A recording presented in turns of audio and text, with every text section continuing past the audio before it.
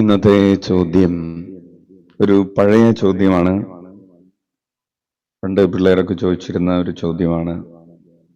ഞാൻ ചെയ്യുന്നത് പോലെ നിനക്ക് ചെയ്യാൻ പറ്റുമോ? പിള്ളേര് തലകുത്തി മറിഞ്ഞിട്ട് പറയും, ഞാൻ ചെയ്യുന്ന പോലെ നിനക്ക് ചെയ്യാൻ പറ്റുമോ എന്ന് ചോദിക്കും. അല്ലെങ്കിൽ ചില പാട്ടുകളൊക്കെ ഇങ്ങനെ ശ്വാസം കിട്ടാത്ത ചില പാട്ടുകളുണ്ടല്ലോ. അപ്പൊ ഞാൻ പറയുന്നത് പോലെ നിനക്ക് പറയാൻ പറ്റുമോ എന്ന് ചോദിക്കും. അപ്പോൾ ഈശോ ഇന്ന് ചോദിക്കുന്ന ചോദ്യമാണ്, ഞാൻ ചെയ്യുന്നത് പോലെ നിനക്ക് ചെയ്യാൻ പറ്റുമോ? ചോദ്യത്തിന്റെ പശ്ചാത്തലം ഇതാണ്. യോഹന്നാനും യാക്കോബും കൂടെ ഈശോയുടെ അടുക്കലേക്ക് വരുന്നു. അമ്മയും കൂടെ ഈശോയുടെ അടുക്കലേക്ക് വന്നിട്ട് ഈശോയോട് ചോദിക്കുകയാണ്, ഇടത്തും വലത്തും ഇരിക്കാനുള്ള ഒരു കൃപയ്ക്ക് വേണ്ടി, അനുഗ്രഹത്തിന് വേണ്ടി ചോദിക്കുകയാണ്.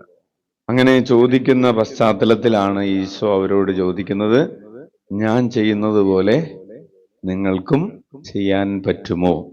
അതായത് ഈശോ എന്താണ് ചെയ്യാൻ പോകുന്നത്? അപ്പോൾ നമ്മൾ പറയും, നീ ആദ്യം ഒന്ന് ചെയ്ത് കാണിക്കുക, എന്നിട്ട് നോക്കട്ടെ പറ്റൂ.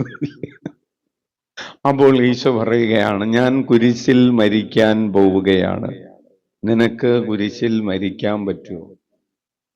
ഞാൻ എന്നെ തന്നെ പരിത്യാഗം ചെയ്ത് പൂർണ്ണമായും ലോകത്തിന്റെ രക്ഷയ്ക്ക് വേണ്ടി എന്നെ ഒരു ബലിയാക്കി മാറ്റാൻ പോവാണ്.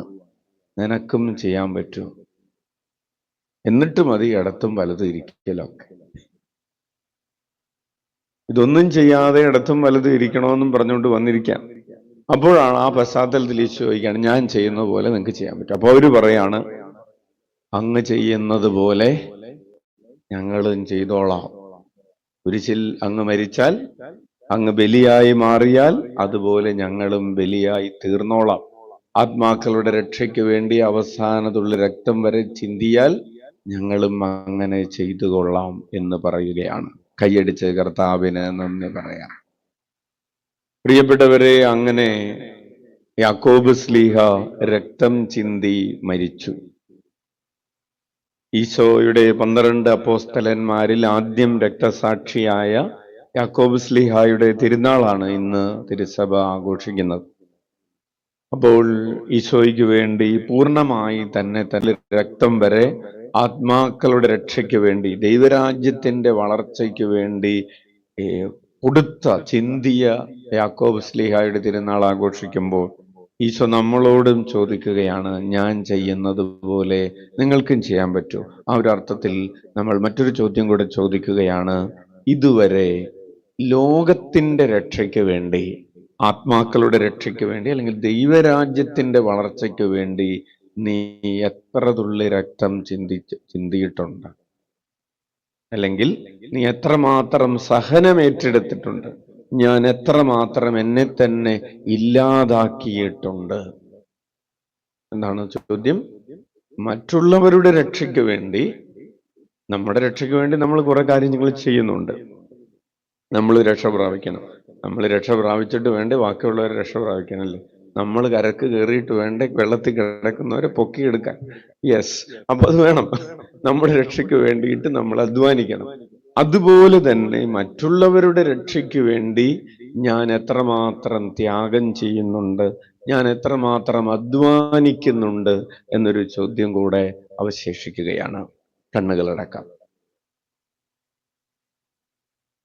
നമ്മുടെ പാപം എന്ന് പറയുന്നത് ഈശോ ലോകത്തിന്റെ രക്ഷയ്ക്ക് വേണ്ടി തന്നെ ഇല്ലാതാക്കിയതുപോലെ നമ്മൾ നമ്മെ തന്നെ വ്യയം ചെയ്യാതിരിക്കുന്നതാണ് പാപം. മറ്റുള്ളവരുടെ രക്ഷയ്ക്ക് വേണ്ടി, മറ്റുള്ളവർ ഈശോയെ അറിയാൻ, ഈശോയിലേക്ക് കടന്നു വരാൻ പലതും ചെയ്യാമായിരുന്നിട്ടും നമ്മൾ പലതും ചെയ്യാതിരുന്നിട്ടുണ്ട്. ചെയ്യാമായിരുന്ന കാര്യങ്ങളിൽ പലതും ചെയ്യാതെ പോകും. നമ്മളുടെ ബുദ്ധി, നമ്മളുടെ കഴിവുകൾ, നമ്മുടെ വിദ്യാഭ്യാസം, നമ്മളുടെ സാമ്പത്തിക മേഖലകൾ, അങ്ങനെ പലതും എല്ലാം ഈശോയ്ക്ക് വേണ്ടി, ദൈവരാജ്യത്തിന് വേണ്ടി വ്യയം ചെയ്യാനുള്ളൊരു കൃപയ്ക്ക് വേണ്ടി കൂടെ നമുക്ക് പ്രാർത്ഥിക്കും. കരങ്ങൾ ഉയർത്തി 21 പ്രാവശ്യം ഉച്ചത്തിൽ യേശുനാമം വിളിച്ച് നമ്മുടെ പാപങ്ങൾക്ക് പരിഹാരം ചെയ്യാം. ഈശോയേ, ഈശോയേ, ഈശോയേ ഈശോയേ ഈശോയേ ഈശോയേ ഈശോയേ ഈശോയേ ഈശോയേ ഈശോയേ ഈശോയേ ഈശോയേ ഈശോയേ ഈശോയേ ഈശോയേ ഈശോയേ ഈശോയേ ഈശോയേ